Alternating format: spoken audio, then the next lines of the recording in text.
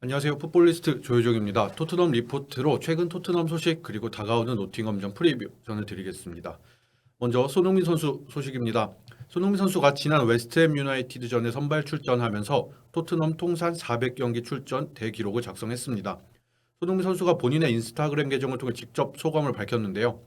입단 당시 사진부터 푸스카스상을 받은 벌리전 득점, 프리미어리그 득점왕 수상, 해리케인과 비롯해 여러 동료들과 함께한 순간 그리고 주장 완장을 찬 올 시즌까지 토트넘에서의 여정을 담은 사진과 영상을 게재하면서 소회를 전했습니다.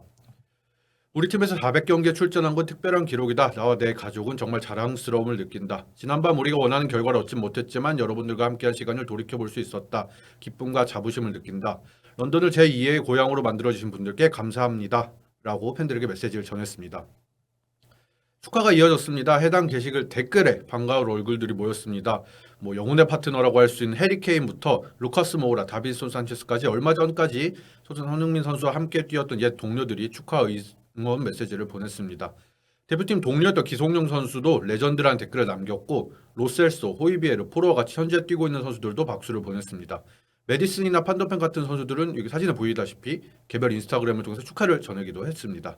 가장 인상적이었던 축하는 절친 벤 데이비스의 글이었던 것 같습니다. 손흥민 선수보다 1년 앞서 입단한 벤 데이비스는 토트넘에서 손흥민 선수의 활약을 가장 가까이에서 지켜본 선수고 가장 친한 사이라고도 알려져 있죠. 데이비스는 공식 홈페이지에서 400경기 출전에 맞춰서 400자, 영어 단어 400자로 손흥민 선수에 대한 인상을 전했습니다.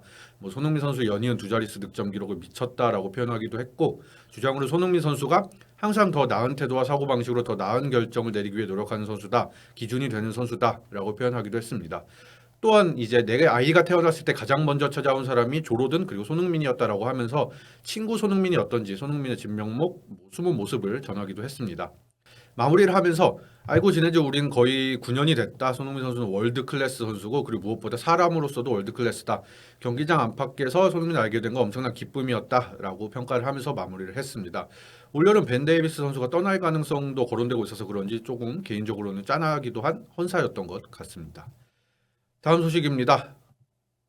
카타르 자본이 토트넘에 올 수도 있다. 이런 추측이 이어지고 있습니다. 토트넘이 새로운 투자자를 찾고 있다는 소식이 있었는데요. 토트넘 현지 시간으로 4월 3일 2022-2023 시즌, 지난 시즌이죠. 재무제표를 확정 공개했습니다. 지난 시즌 토트넘 매출은 5억 4,960만 파운드, 우리 돈으로 9,373억 원을 기록했습니다. 토트넘의 매출 5억 파운드를 돌파한 건 작년이 처음이라고 하네요. 다만 운영비용의 상승으로 단기순 손실은 8,680만 파운드, 우리 돈으로 1,480억 정도가 기록이 됐습니다. 2021-2022 시즌 5,010만 파운드보다 약 626억가량 상승한 수치라고 합니다. 다니엘 레비 회장은 재무제표와 함께 성명도 내놓았는데요. 손흥민 선수에 대한 언급도 있었습니다. 손흥민 선수가 구단 주장으로 임명된 것이 정말 자랑스럽다. 손흥민은 2015 시즌부터 토트넘에 몸담았는데 구단의 훌륭한 홍보대사였고 모범적인 선수의 전형이었다라고 했습니다. 이외에도 여러 가지 이야기를 꺼냈는데 그중에서 가장 관심을 모은 건 향후 투자에 관한 내용이었습니다. 레비 회장은 이렇게 이야기를 했습니다. 구단의 장기 잠재력을 이끌어내고 팀에 대한 투자를 계속하고 미래 프로젝트를 수행하기 위해 구단의 자산의 기반을 크게 늘려야 한다. 운영진과 자문기관 로스차일드사는 잠재적인 투자자들과 논의를 하고 있다. 추천받은 투자 제안에는 주주들의 지지가 필요합니다. 라고 이야기를 했습니다. 공식적으로 이야기가 나온 건 여기까지인데 현지에서 어떤 투자처를 구하고 있는지에 대한 의견이 이어지고 있습니다. 그래서 앞서 토트넘에 관심을 보였던 토트넘 인수 혹은 투자에 관심을 보였던 회사나 인물들이 거론되고 있습니다. 가장 눈에 띄는 이름은 셰이크 자심, 카타르 이슬라믹 은행의 회장입니다. 자심 회장은 원래 맨유 이수를 추진해서 알려졌던 인물이었죠.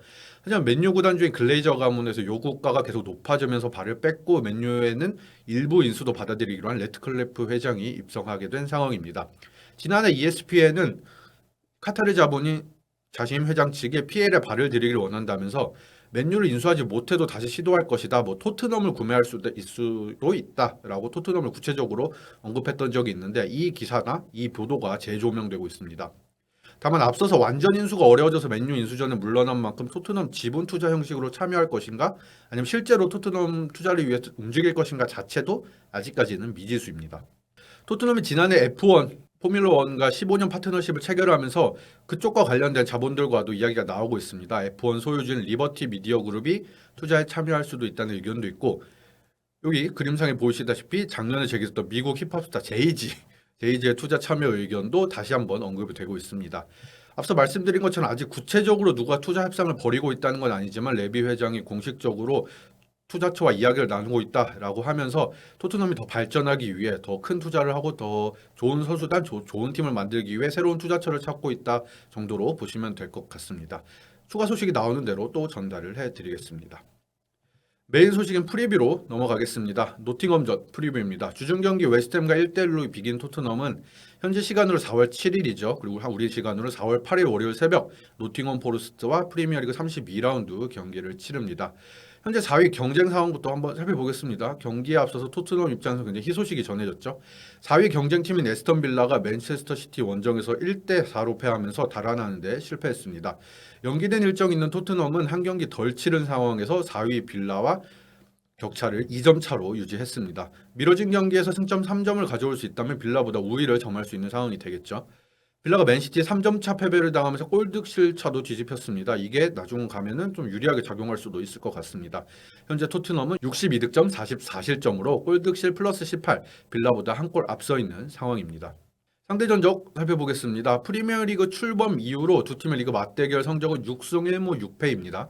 굉장히 팽팽한 상태지만 좀 착시 효과가 있는 게 토트넘이 패한 건 주로 프리미어리그 출범 초기였습니다. 최근에는 토트넘이 5연승 중이고요. 그리고 최근 5연승 중에는 1998-1999 시즌 노팅엄이 하부리그에 몸담은 좀 됐기 때문에 좀 과거 기록도 포함되어 있어서 이걸 제쳐두고 봐도 노팅엄이 다시 승격한 지난 시즌부터 최근 3경기 3승 7득점 1실점을 기록하고 있습니다.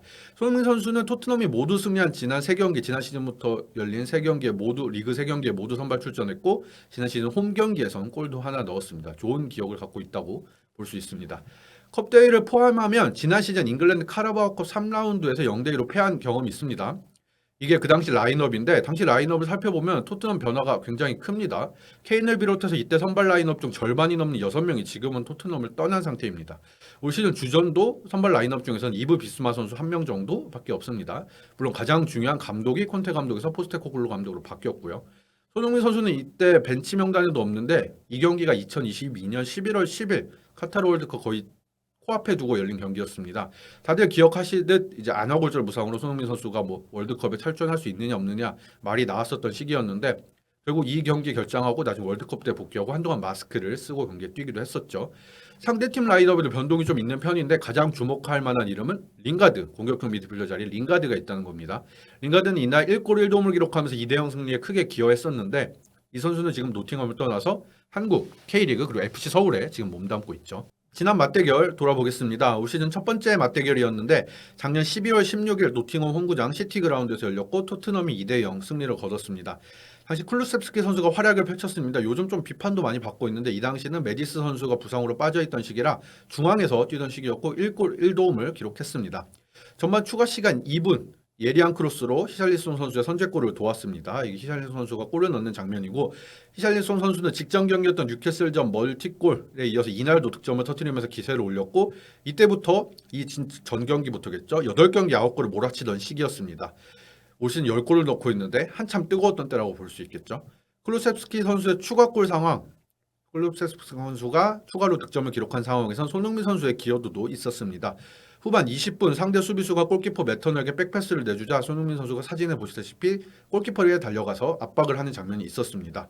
압박을 피해 급하게 처리하려던 터너의 킥이 클루셉스키 선수한테 향했고 클루셉스키가 득점으로 연결하면서 토트넘이 2대0 승리를 거둘 수 있었습니다. 이때 상황을 하나 더 짚어보자면 비수마 선수의 퇴장 장면이 있었습니다. 이 장면이죠. 후반 상대 미드필더 라이언 예이츠 발을 가격해서 레드카드를 받았습니다. 토트넘 팬분들 아마 이 시기 어떤 시기였는지 잘 기억하실 텐데 부상자가 많아서 뭐 굉장히 정신없던 때가 이어지고 있을 때 또 연말 막바지로 다가오고 있을 때 비수마 선수가 퇴장을 당하면서 비수마 선수는 이때부터 3경기를 쉬고 그 이후에는 네이션스컵을 치르러 떠났었죠. 그때 경기가 바로 첫 번째 맞대결이었습니다. 최근 노팅엄 성적과 토트넘 성적 한번 보겠습니다. 노팅엄이 현재 승점 25로 17위에 올라 있습니다. 지난달에 수익성 및 지속 가능성에 관한 규정 PSR로 불리는 규정 위반으로 승점 4점 삭감 징계를 받아서 강등권으로 추락했는데 이게 오히려 선수단을 좀 결집하는 효과가 있었던 건지 그 이후에 성적이 조금 나아졌습니다. 징계가 3월 A매치 기간 돌입하는 시점이 18일경에 발표가 됐었는데 컵대회 포함 4연패 후 한 차례 무승부 루턴타운과 한 차례 무승부를 거뒀던 노팅엄은 이후 1승 1무를 거두고 있습니다. 특히 가장 최근 경기에서 토트넘의 충격패를 안겼던 풀럼을 상대로 3대1 승리를 거둔 게 눈여겨볼 만한 것 같습니다.